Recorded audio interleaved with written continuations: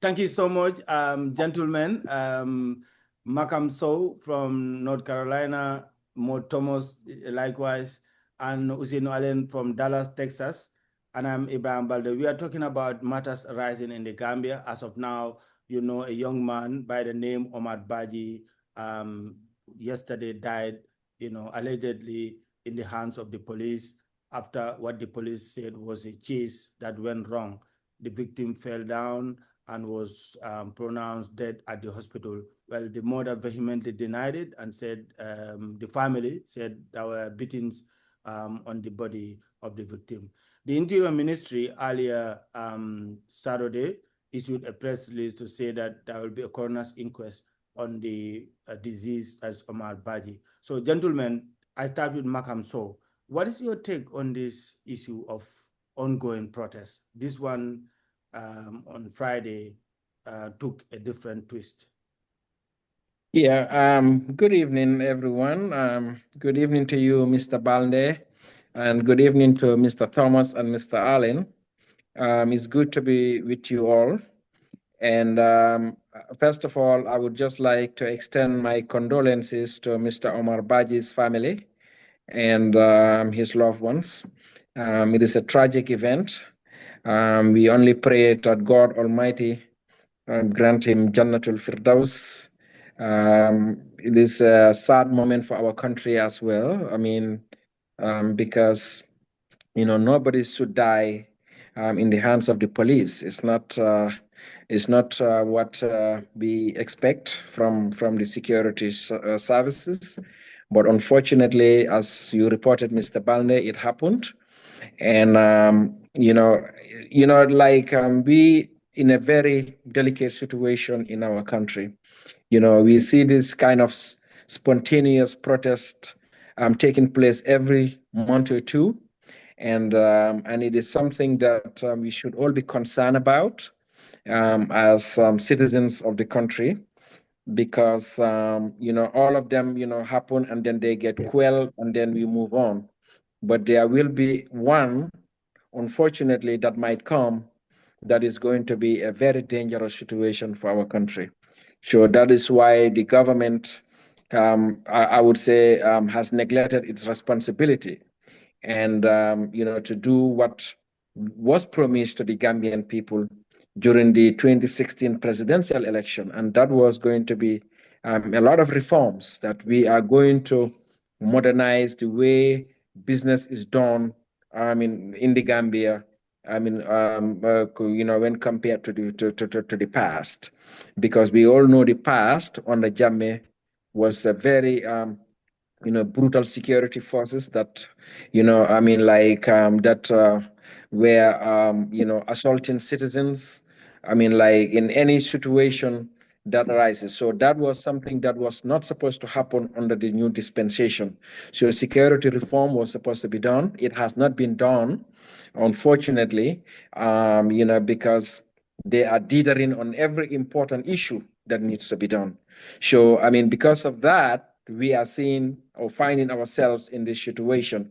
And it's a lot of problems really happening in that country. The reason why all this thing is happening is a lot of young kids that are on drugs, of course, and that's because of the failure of the government to do what they're supposed to do, and control our system.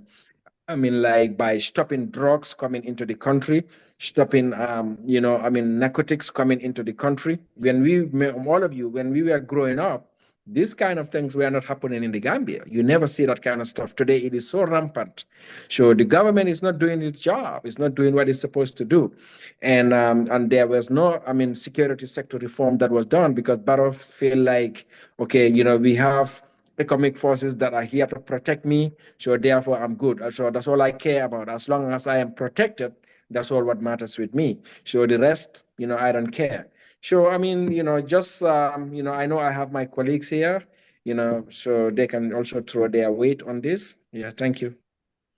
Oseno Allen, when I approach you on this topic, you are talking about the need for reforms, not only within the security sector, but even judicial reforms.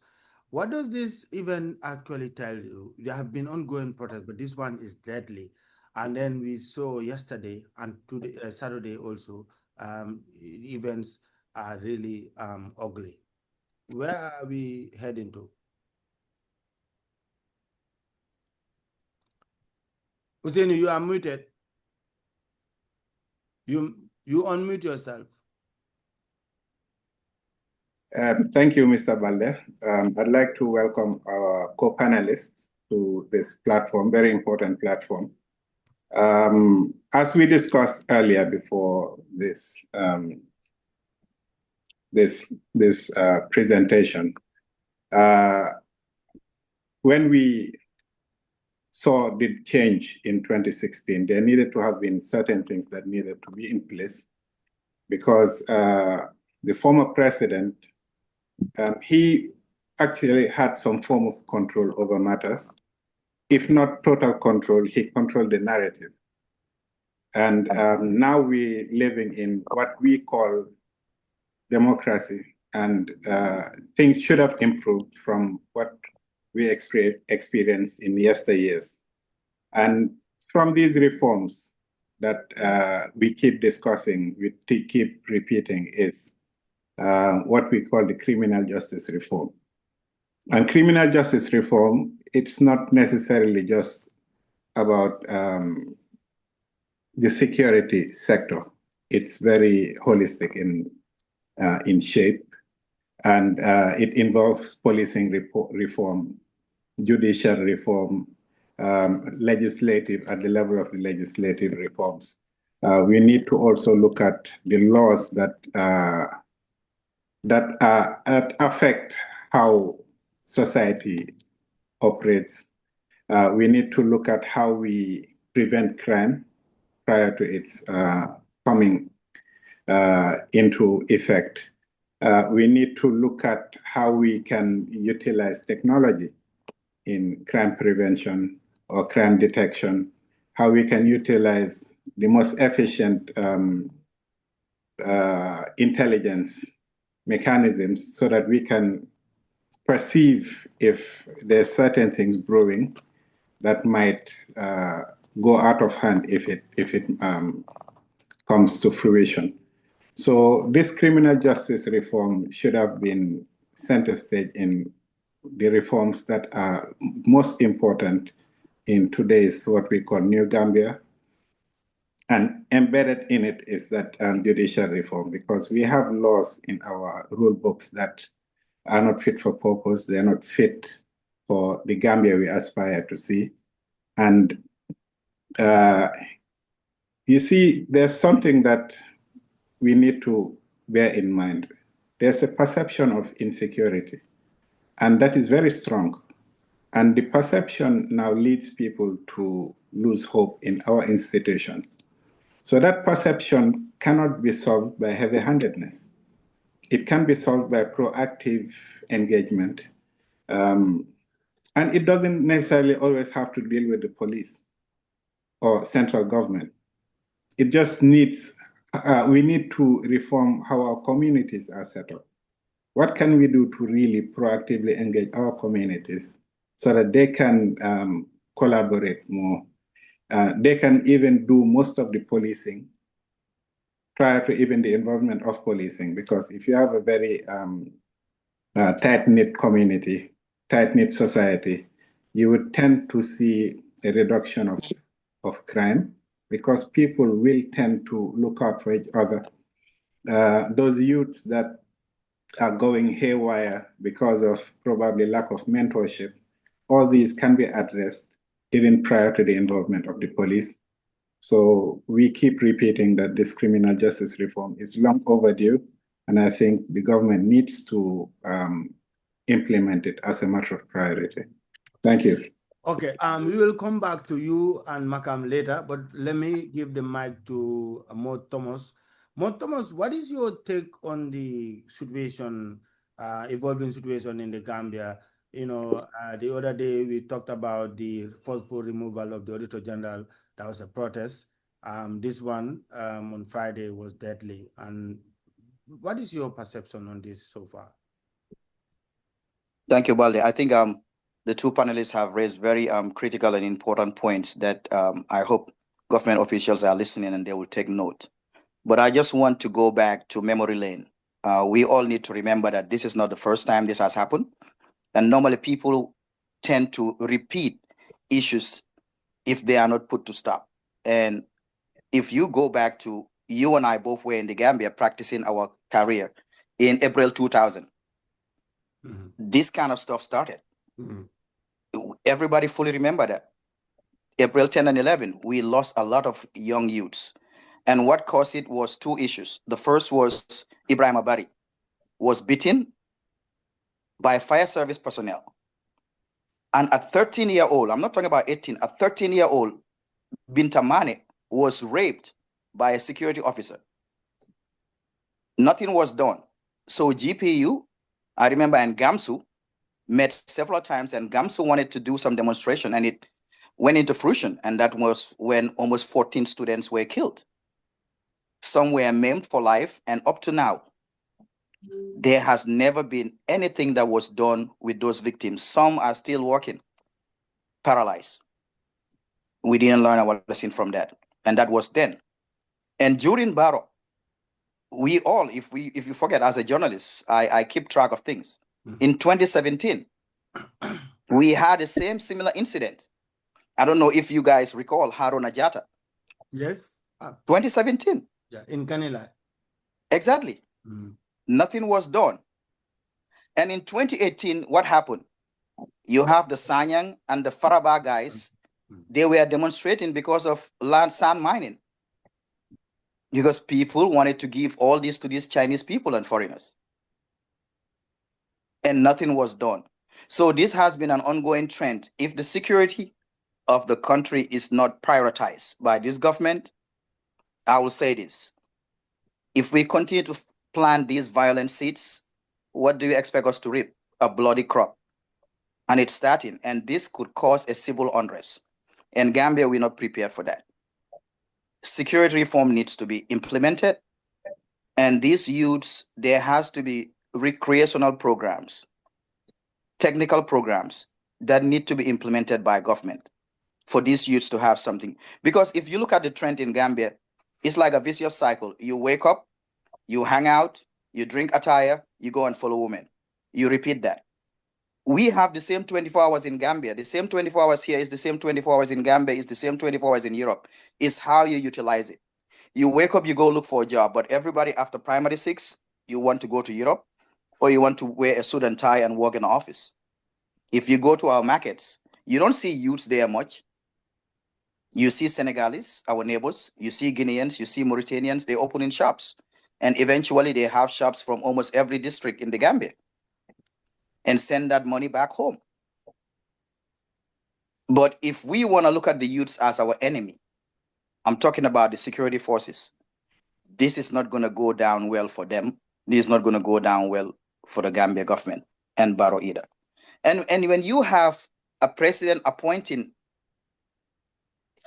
his in-law as IGP, the Inspector General of Police, Sidi Toure, is Barrow's in-law because he's married to Barrow's sister. You expect that person to go hand in hand and support the youths? So they need to have a dialogue, a national dialogue, and this need to be settled, or else we're going to have an unrest. Because currently in Lamin, they're demonstrating also. And this can spearhead to other cities and other towns in the Gambia. And what is that going to generate to the future of these youths? That's the big question that government officials need to ask themselves. Okay. Thank you so much, Thomas, for your point of view. Makam, do you have the time to listen to Abubakar Jang's QTV State of Affairs interview, in which he was talking about the use of proportionality during protests? I think Aliu tried to pin him on the use of the police heavy-handedness during the recent protests, but he was trying to justify the fact that when the crowd, is behave in a way, he was trying to justify the use of the tear gas, but to me, it wasn't really a valid point for him to run with. So I don't know, what is your point of view on the use of the police heavy-handedness, on this? I'm not talking about the latest case since it's been investigated, but I mean the recent protests. Mr. Balde, but what do you expect him to say? They, he's the national security advisor to the president, so he's gonna come and spin stuff around. But the reality is the security services are not professionals. They are not trained. They're not. This is why it is important for me to come back to the security sector reform. This is part of this was part of the 2016 agenda. This was part of the things that the government was supposed to prioritize. That our security services, they must be professional. They must know when to use force and when not to use force. You are dealing with young, unarmed people. You know these people are not a threat to your life. Let's face it. These people are just expressing their frustrations, like Thomas was saying. For lack of jobs, for lack of security, for lack of.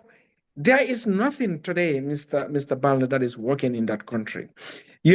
The population explosion of that country is just tremendous. I know population growth has taken place everywhere you go.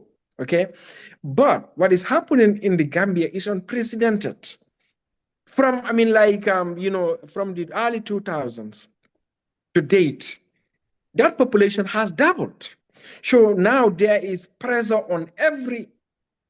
On every things that we need as human beings, from jobs, from housing, from medical services to education. There is pressure on everything. So, and there is scarcity of these needs. So the youths are very angry. They are very frustrated. They are struggling. Their parents are struggling. Everybody is struggling. Like Thomas is saying, everybody wants to go through the back way to go to Europe because you think that there is no opportunity in that country. So because of that, their expression, their frustration, their anger is coming out. So it is important. It is important to answer your question. It is important for government to realize and understand this, that the country is in a ticking time bomb. It is going to explode. So it is very, very vital for them to train these security services, for them to have a security sector reform, for them to understand that it is a very delicate situation. Things are going to come and they could go out of control easily. So it is important. So for him, he's going to spin all he wants. But there was an excessive use of force. Let's call it as it is.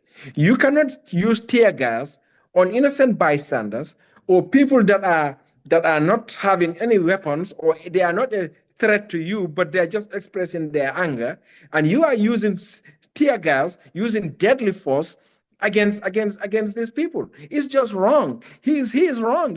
I think he is wrong, absolutely wrong, because there is no justification for what they're doing. Train the officers, train the soldiers, let them be prepared, let them know that they are dealing with their fellow citizens. They are not dealing with an enemy force that is coming from across our borders. This is not what is happening. These are innocent young people who are just frustrated about every aspect of life. So they're going to every little opportunity they have to do that. They will do it. But it is the responsibility of the government, first of all, not to kill anybody. Okay? The government is not supposed to kill anyone. They are supposed to protect lives. It is the responsibility of the security service to protect innocent lives, to protect the citizenry, not to go and harm them or to go and kill them. So I think it is just a spin on his part, but it is not something that was done the right way every time. And it happened like 2 weeks ago. 2 or less, when they were using tear gas against innocent people. So whatever these people do, the only thing they go is baram, go and bring everything down. That's not how it works. It's all part of the issue I'm talking about. It's the security sector is not reformed. The soldiers are not trained. They are just going out there and being on a rampage against innocent people. Hussein Allen, what is your take on the use of proportionality during protests? The police have been accused of heavy-handedness, like Makam said, and the police, the National Security Advisor, Abokar Jeng, justified the use of tear gas. But then we see the overuse of it has, affected a lot of people, a lot of protesters, even non-protesters for that matter. So where do we go from here? Thank you. Thank you to the panelists for the brilliant presentations they've made. There's this issue of perception in society. So you have society on one part dominated by the youths, and you have the security forces, especially the police, on the other. There's this perception that the police, they are not on our side, and the police on their part are looking at the youth, especially as agitators that need to be dealt with. So you come with this preconceived notion to any standoff that, you know what, I'll give it to them as much as I could. So whatever you have in hand, if they had guns, they would have used it. But if whatever they have in hand, they will try and utilize it. That's why you see that excessive, unnecessary, just having someone who is being escorted by about 4 security officers, just a fifth one will just come and just punch him or stamp on them. It's very unnecessary. So this perception needs to be fixed, and it should be prioritized in these reforms that we keep talking about, so that there can be this understanding in society that we are a team, we are all Gambians, we have different roles in society. There needs to be a police, but we need to also have a very cooperative society that works with the police in addressing issues as they come, even when emotions reach a boiling point. There needs to be some form of dialogue mechanism where every gathering will have some form of leadership structure. So if it starts getting to a point where maybe it's inevitable for violence to kick in, that leadership structure will have to engage the police at the spur of the moment, so that they can discuss that, you know what we've come for is not being addressed, and people are really getting agitated. And they need to find a way of solving those solutions. Otherwise, it's going to spiral downhill. We keep repeating it, and you keep repeating the same thing and giving excuses at every point in time you're asked. It's not prudent. It's not the way forward for a government that is given the budget to take care of its population. Our police need to be trained in crowd management. It's just like the class teacher who doesn't know how to manage, that doesn't learn how to do anything about classroom management. However, knowledgeable of the subject matter they're teaching they are, if they don't know how to manage a class of, let's say, toddlers or lower elementary or upper elementary or college, their teaching will not be effective. So crowd management should be top priority for these police, and they need to know how to even corner demonstrators in a place where they can just express their anger without even infringing upon the rights of others who are just going about their business. Because what tends to happen is, because of the chaos nature of these demonstrations, you get to find others come into these demonstrations just out of curiosity and also get arrested. So crowd management needs to be top priority in the reforms that we are calling for, amongst other things. And but I think it goes deeper. We need to really address corruption, because some of these frustrations stem from just very bad salary. So you get angry, you just see these youths, and you just left your house, you don't even have depas buffer by. nga xool xale yi nga ne baal ma génne suma mère bi seen kaw. So we need to look at it from a holistic perspective. There is growing, eroding mistrust in our judicial system where people are feeling marginalized, that we have a country of Kumba Amde, Kuma Amunde. If you are of a certain cadre in society, you get access to the best form of justice. But if you are a nobody, you know, you're just left by yourself. We need an equitable society. And this perception, I keep repeating, if it's not addressed from now till 2026, it might be very worrisome. Thomas, taking off from what Hussein Allen is saying, like maybe, I mean, the police, some of them might not have depas, like in Amud depas, so you gain his and Nyaka depas, they are so innocent. Marisol wrote on Facebook, just to, I mean, just a post on what Allen said. She said, I think our police officers do not know their roles in our communities. She said the role of police officer, the role of the police is to protect life, property, and human rights, upholding and enforcing the law to maintain public order and safety. So this is all speaks to the heavy-handedness that we are talking about. I mean, what is your perception on present moment that we are talking about now, with the youth now agitated, angry, that after all, one of their, has succumbed, to this unfortunate incident of, it was not supposed to be a protest, but now it has sparked another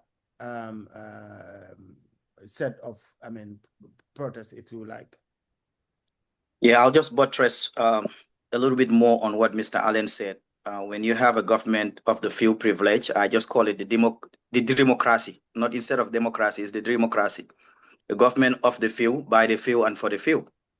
So the majority of the people and most of the youths, I think, with the security sector reform, I don't need to reiterate what they've already said. That's going to take time, but they've raised some very good points that I totally agree with them on. But when you have a country where you regard the youths as enemies of the state, and these youths, they see no other avenue other than just demonstrating, burning, and looting. And we haven't got to that point yet. They've started burning tires and stuff, but the next thing is looting. And if you start taking lives, just the gala protest, we have an innocent mom with a newly born baby who was just passing by. Because of tear gas, she lost her baby. Lives have been lost, and that is not something to play with. You have to put yourself in those positions. If you are a parent, you're losing your child to police brutality, how would you feel? And the statement that they gave just comes back to what Mr. Maifati said when he was there. It's the same, similar context. They said they were chasing this Omar Baji and he fell and died. Well, they said he died at the hospital, but the mother flatly in an interview. Yeah, exactly. They denied it. And one of the natives also said there were marks on the body, which indicated marks on the body. Yeah, he was beaten to death. And I mean, why would you do that to your fellow person? And he's absolutely right. You go to Gambia, you can drive without a driver's license. The police need serious security sector reform. Their salaries are not good. Now, bribery is wrong anywhere. Being corrupt is wrong anywhere. I totally am against that. You have to work for your living.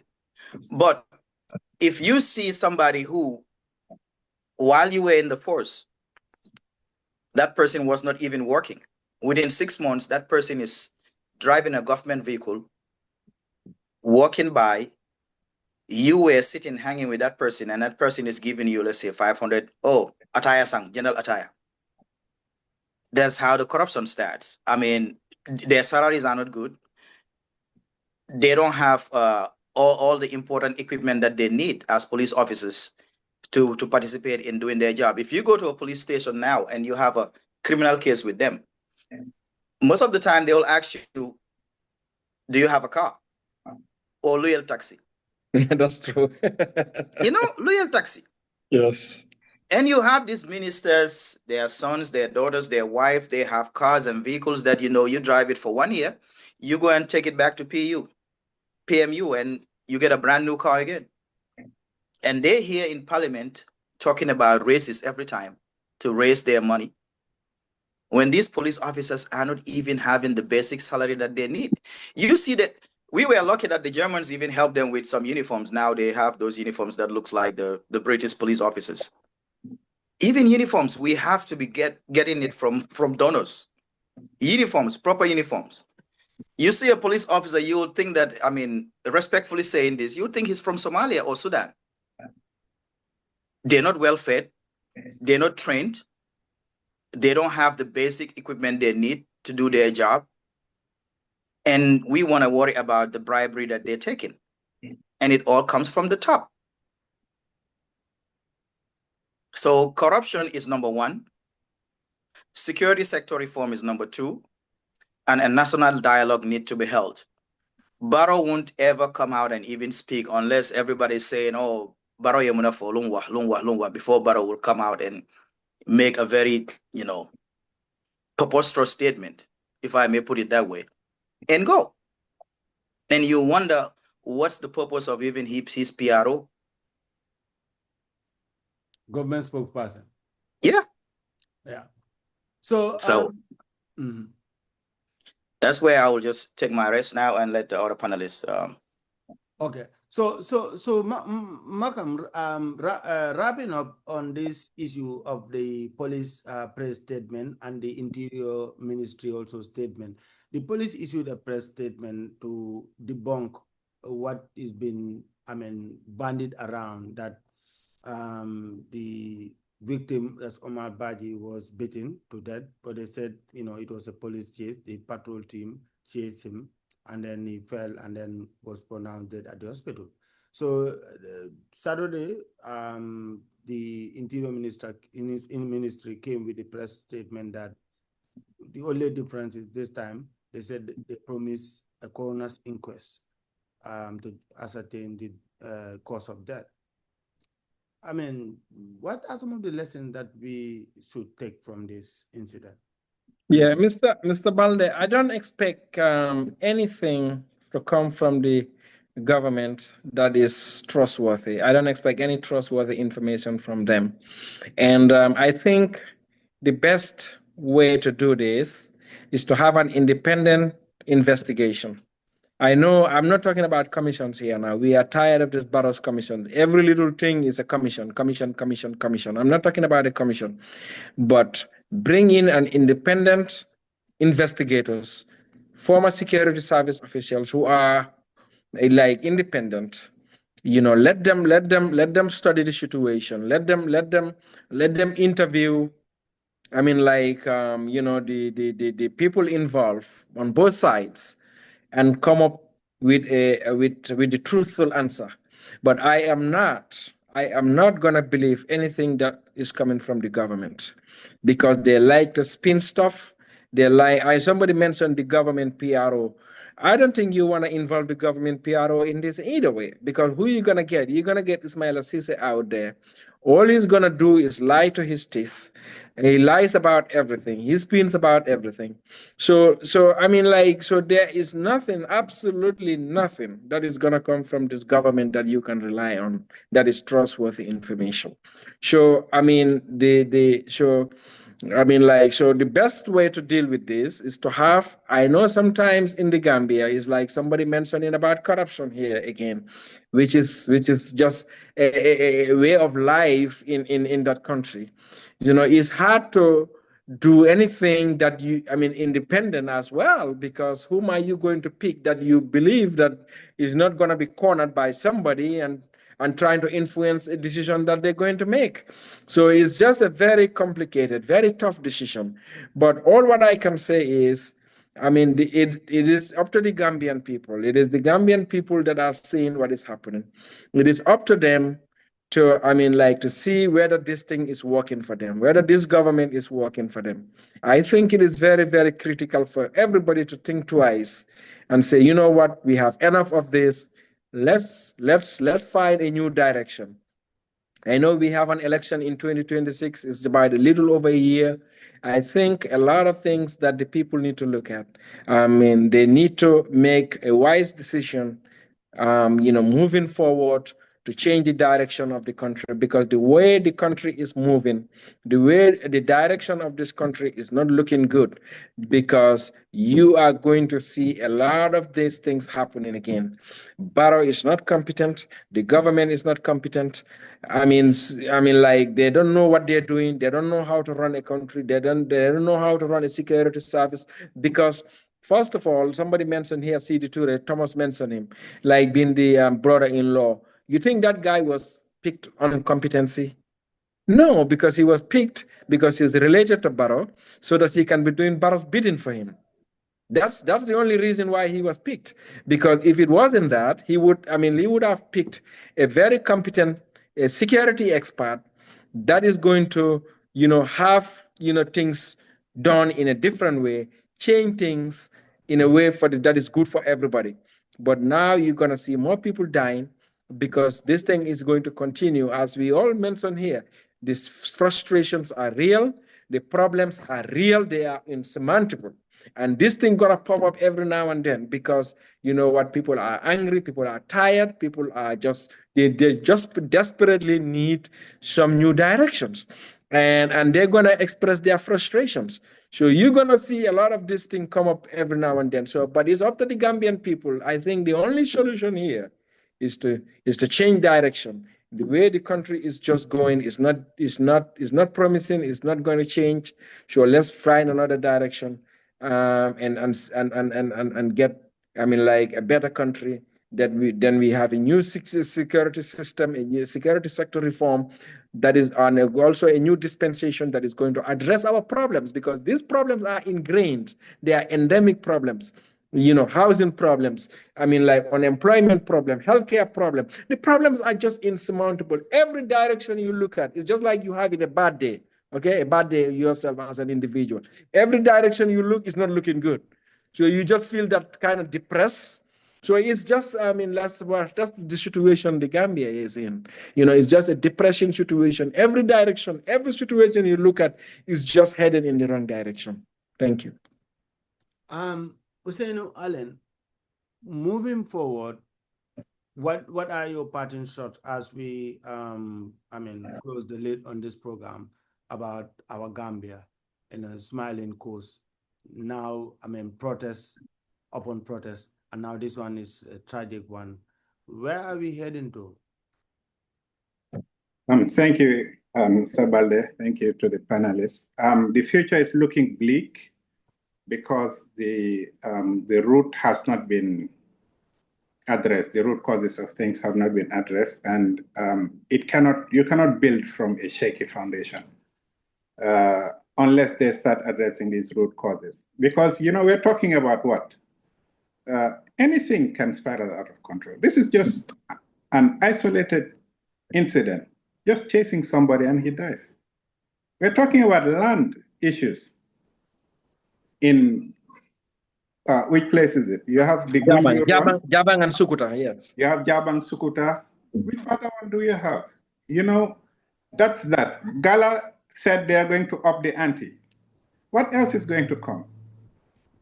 Do we have the wherewithal within the police force to address all of this? Are they proactively working towards averting a looming disaster? So the direction that this government is taking the country is not promising. But you don't expect any different, because they've been cut from a cloth that is extractive in nature. I'll give an example. I was reading one news outlet who mostly brings figures in terms of government budgets and stuff. They make analysis of these. And from 2020 to 2024, this government spent over $3.7 billion in purchase of vehicles, lubricants, and maintenance. So I don't even know whether fuel falls under lubricant. This is how I saw it. If it doesn't include the fuel, then it's a different case. More than likely it didn't, yes.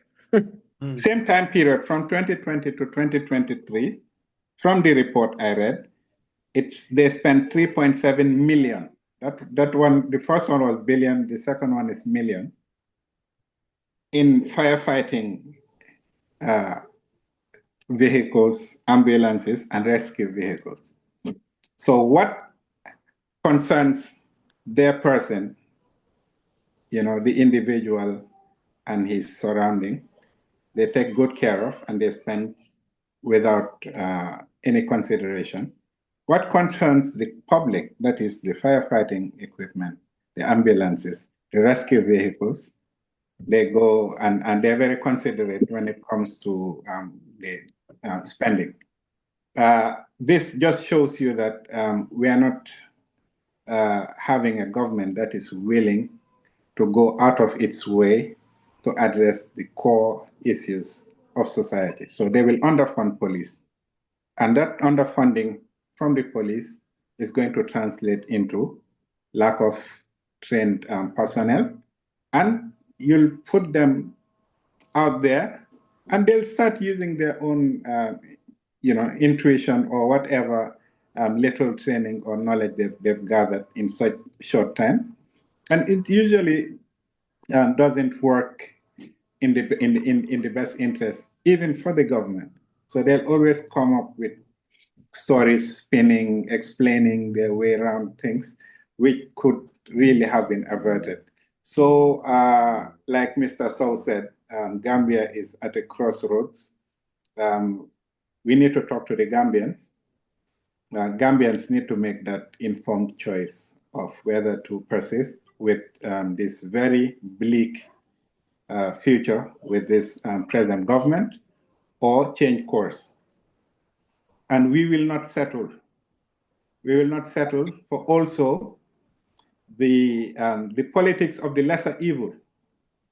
So we have 1 year of choosing competent people, not choosing someone who is just better than what we have, because maybe they might be corrupted to the extent that they might even be worse during the course of their tenure.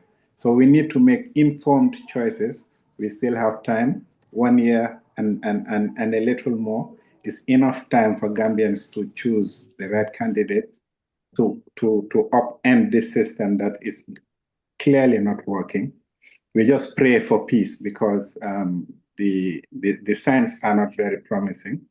And as much as you want change to happen, it is our families who are there and they are facing the daily difficulties. And if these issues come up, it might affect the day-to-day earning or day-to-day moving about of Gambians, which is not favorable for a population that is dominated by the informal sector.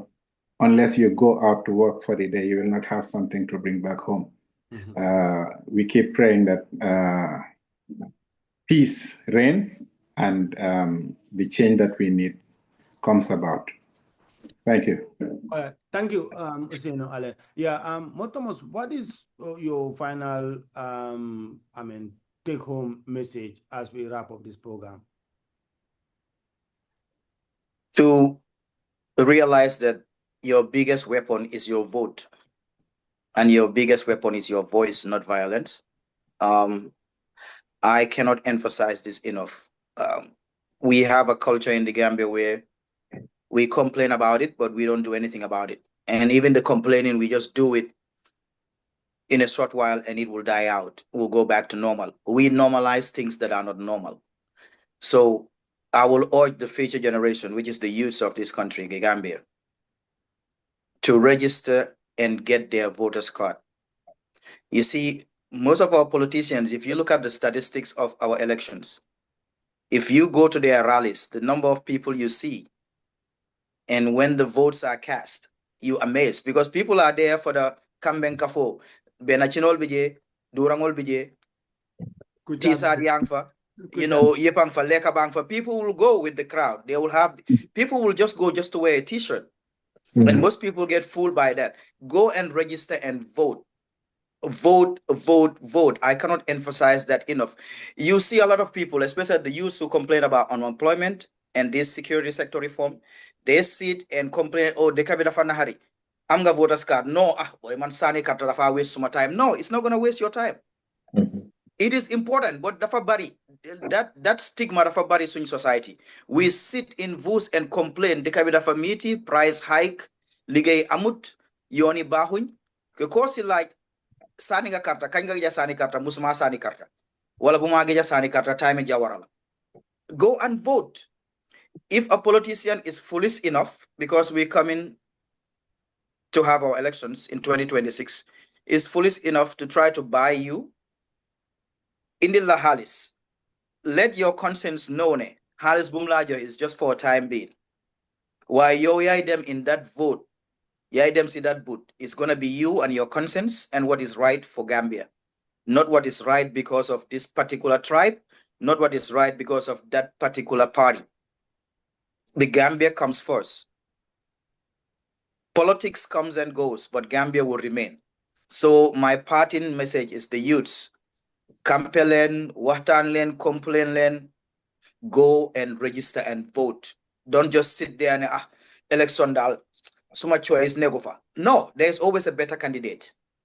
There's always a better candidate. But this government, the Barrow's government, is not the government.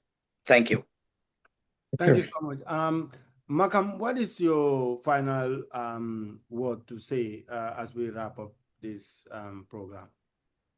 Mr. Balde, I mean, like, I think just to wrap up, I would say, I agree with every one of this, Mr. Allen and Mr. Thomas, and all. Thank you for coming and thank you for inviting me as well, Mr. Balde. I agree with them. I mean, like, the problem is the government. So as citizens, it is our responsibility. If we disagree with the government, if we think this government is dangerous to our country, for us to do something. And so it is every citizen's responsibility. And like Thomas said, your voter's card is your power. And if your voter's card, Mr. Allen's voter's card, my voter's card, Mr. Balde's voter's card, that's add up to 4. So it's becoming important. So since this election is about simple majority, even one vote counts. Thank you very much. Yeah. So I mean, like, so it is very, very important. So I mean, like, we can sit here and complain all we want, but if we don't go out and vote and do the right thing, it's not gonna make a difference. If Barrow comes back, it's just gonna be the same stuff going on, or it's gonna even get worse because the frustrations are gonna be more. Because we all know, in reality, all they care about is sitting in, at that, in power. That's all they care about, like driving nice cars and doing all that. They don't care about the people. They don't care about the welfare of the people. They don't. So, yeah, finally, that's all I have to say. But let's just come together as citizens. I know elections are coming. I'm a politician. Wherever I am, all I have to do is politics. Sure, let's come together. I think you are partyless. You left the UDP. I am partyless, but I will have a party. Trust me, sooner or later. So but let's we all come together. Yes. And effect change. A change that is going to be for a better Gambia. I thank you. Thank you so much, gentlemen, for this special conversation. We hope to come back another time, but not about tragedy. Thank you so much. Okay. Thank you. All right. Okay.